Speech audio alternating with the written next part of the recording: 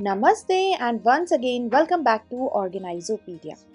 Past कुछ videos में मैं आप सबके साथ अमेज़ॉन और मीशो के कुछ इंटरेस्टिंग प्रोडक्ट्स शेयर कर रही हूँ और सेम आज भी मैं आपके लिए कुछ वायरल प्रोडक्ट्स लेकर आई हूँ।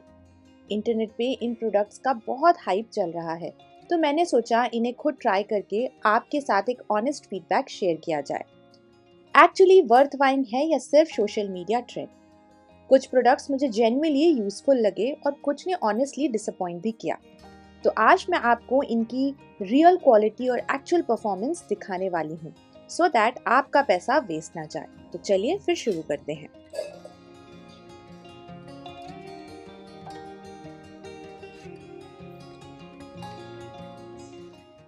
ये है एक 3 टियर वुडन किचन ऑर्गेनाइजर जो कि आपके काउंटर टॉप को ऑर्गेनाइज करने में हेल्पफुल रहेगा। अगर मैं इसके प्राइस पॉइंट की बात करूं तो काफ़ी ज़्यादा रीजनेबल था, अराउंड 300 रुपीज़। जब मैंने इसको पहली बार अमेज़ॉन पर देखा था तो मुझे लगा कि इसकी जो वुड की क्वालिटी है वो काफ़ी ज़्यादा स्टर्डी होगी, लेकिन रिसीव करने पर क्वालिटी उतनी स्टर्डी नहीं थी। लेकिन 3 टियर्स होने की वजह से इसमें आप छोटे छोटे जो भी आपके किचन स्टेपल्स हैं जैसे कि T, coffee, sugar, salt, oil dispensers छोटे वाले, उनको ईजिली इस पे ऑर्गेनाइज करके काउंटर टॉप पे रख सकते हैं।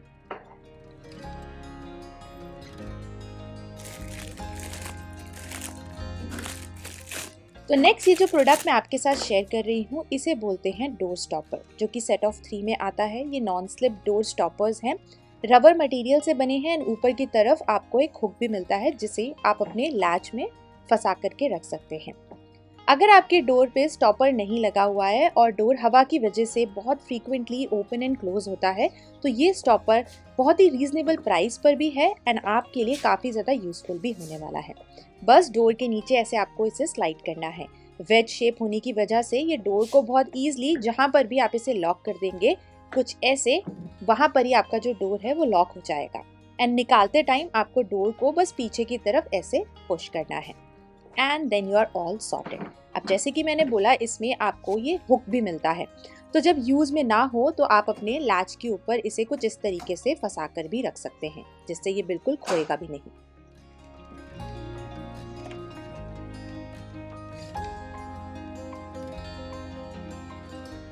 ये है 6-in-1 self adhesive heavy duty wall hooks. तो ये फ्लेक्सिबल हैं। जो आप यूजुअली वॉल हुक्स देखते हैं वो स्ट्रेट होते हैं, उनको आप बेंड नहीं कर सकते हैं। तो अगर आपको किसी कॉर्नर पर इन हुक्स को लगाना है तो देखिए, क्योंकि ये फ्लेक्सिबल हैं तो ये ईजिली कुछ इस तरीके से वॉल पर दोनों साइड कॉर्नर्स पे आप इसे ईजिली लगा सकते हैं।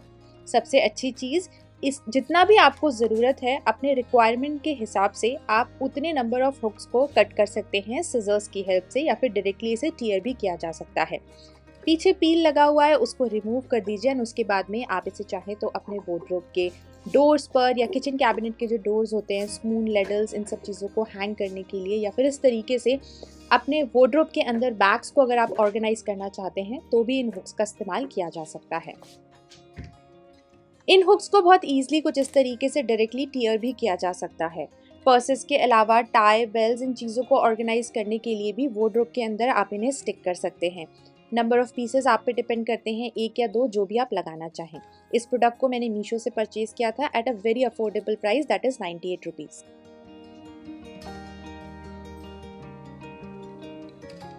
तो हमारी कुछ ऐसी ड्रेसेस होती हैं फ्रंट से ओपन जिन्हें पहनते टाइम उतना ज़्यादा कंफर्टेबल नहीं होता है, तो हम इसमें पिन्स लगाते हैं लेकिन उसकी वजह से हमारा फैब्रिक ख़राब हो सकता है।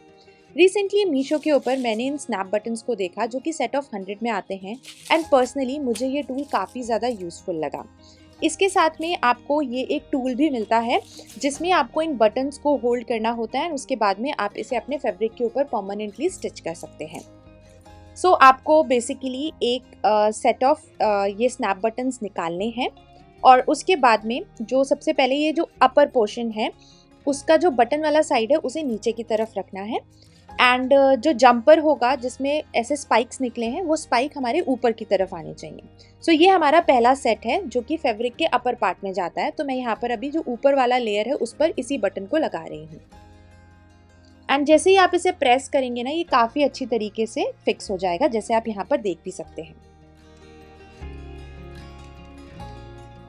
अब इसी तरीके से दूसरे बटन का भी जो फ्रंट पोर्शन है वो नीचे की तरफ जाएगा एंड जो जंपर है जिसमें कि स्पाइक्स हैं वो ऊपर की तरफ आएगा। एंड इस वाले पोर्शन को जो फैब्रिक का सेकेंड लेयर होती है उस पर हम ऐसे कर कर स्टिच करेंगे। एंड देखिए काफ़ी आराम से ये यहाँ पर हमारा जो बटन है, स्नैप बटन है, वो फिक्स हो गया है। एंड ड्रेस में थोड़ा सा जान भी आ जाती है, इसे ओपन एंड क्लोज करना भी इजी है। एंड पिंस की वजह से अब हमारी ड्रेस भी ख़राब नहीं होगी। So I really like this product. ये एक ऐसा प्रोडक्ट है जो सबके घर पर होना चाहिए। बच्चे हों, उनकी यूनिफॉर्म वगैरह में कभी कुछ इशू आ जाए तो आप इजीली इसे घर पर ही रिपेयर कर सकते हैं।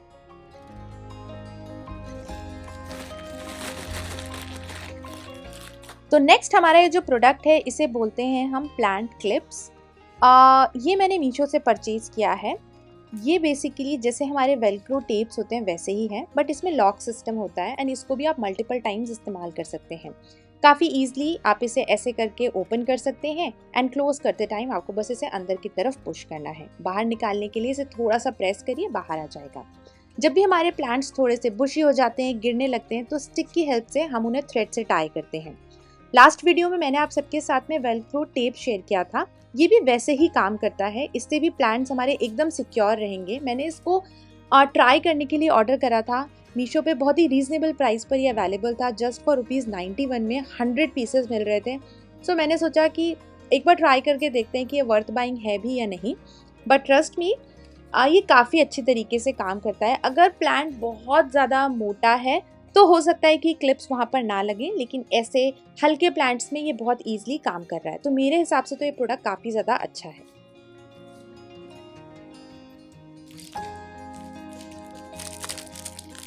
तो ये है हमारा नेक्स्ट प्रोडक्ट जिसको हम बोलते हैं सिलिकॉन पॉट लिड लिफ्टर्स, जिनकी हेल्प से जब भी आप कोई भी चीज़ अपने पॉट के ऊपर बॉईल करने के लिए रखते हैं तो जब गैस का फ्लेम तेज़ होता है तो पानी बाहर आने लग जाता है, चाहे आप पास्ता बॉईल करें या मैक्रोनी। तो इन लिफ्टर्स की वजह से आप उस चीज़ को अवॉइड कर सकते हैं। तो आपको करना क्या है, इसको आपको जो पैन का माउथ है वहाँ पर आपको साइड में इस तरीके से लगाना है। अब इसके ऊपर आप प्लेट ढक दीजिए। एक एयर का गैप बन जाता है जिसकी वजह से पानी अब बाहर इजीली बाहर नहीं आएगा। ये एक ऐसा प्रोडक्ट है जो कि आपके चॉइस के ऊपर डिपेंड करता है। अगर आपको बहुत ज़्यादा लगता है कि नहीं ये मेरे लिए यूज़फुल हो सकता है तो आप इसे परचेज़ करिए, अदरवाइज़ इसे भी अवॉइड किया जा सकता है। लेकिन हाँ, ये अच्छे से काम डेफिनेटली करता है। इस प्रोडक्ट को हम बोलते हैं टैप या फिर फॉसेट एक्सटेंडर, जो कि फ्लेक्सिबल हेड के साथ में आता है। ये प्रोडक्ट हो सकता है कि आप में से बहुत सारे लोग इसे ऐसे ही इस्तेमाल भी कर रहे हों, लेकिन इस वाले प्रोडक्ट के साथ में एक फास्टनर भी आता है जो मेक श्योर करता है कि जब आप इसे टैप के ऊपर लगाएं तो कितना भी तेज प्रेशर क्यों ना हो, ये जो एक्सटेंडर है वो टैप के ओपनिंग वाले पार्ट से बाहर नहीं आएगा। बस जैसे आप रेगुलरली इस एक्सटेंडर को लगाते हैं वैसे ही लगाना है। इस फास्टनर को आपको कुछ इस तरीके से इसे स्क्रू कर देना है। जब आप इसे स्क्रू कर देंगे तो आप मेक श्योर कर रहे हैं कि ये टैप के ऊपर अच्छी तरीके से फिक्स हो जाए। एंड जैसे कि मैंने बोला, अब कितने भी प्रेशर से पानी क्यों ना आए, ये जो एक्सटेंडर है वो बिल्कुल भी पानी के प्रेशर से बाहर नहीं निकलेगा। फ्लेक्सिबल हेड भी है तो इसे आप ईजिली रोटेट भी कर सकते हैं और ये बहुत ही रीजनेबल प्राइस पे मीशो पर अवेलेबल भी है। मुझे प्रोडक्ट काफ़ी अच्छा लगा, सो आई थॉट कि आप सबके साथ इसे शेयर करती हूँ।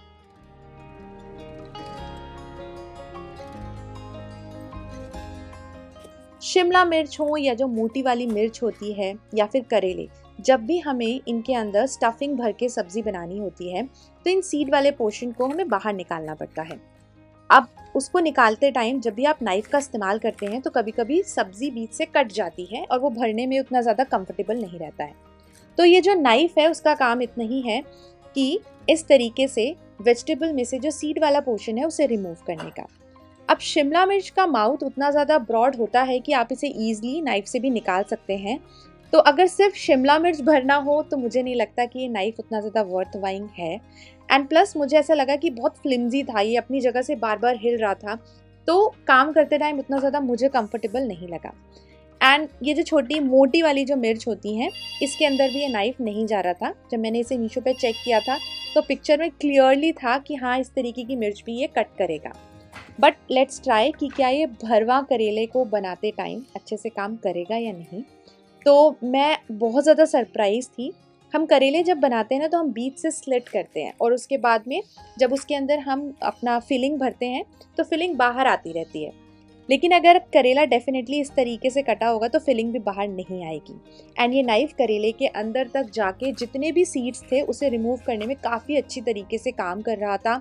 एंड करेला बीच में से बिल्कुल भी नहीं टूटा या कटा नहीं। तो मुझे लगा कि अगर हाँ, करेले को काटने के लिए या उसमें से सीड्स को हटाने के लिए अगर आप किसी भी तरीके के नाइफ को देख रहे हैं तो ये डेफिनेटली यूज़फुल है।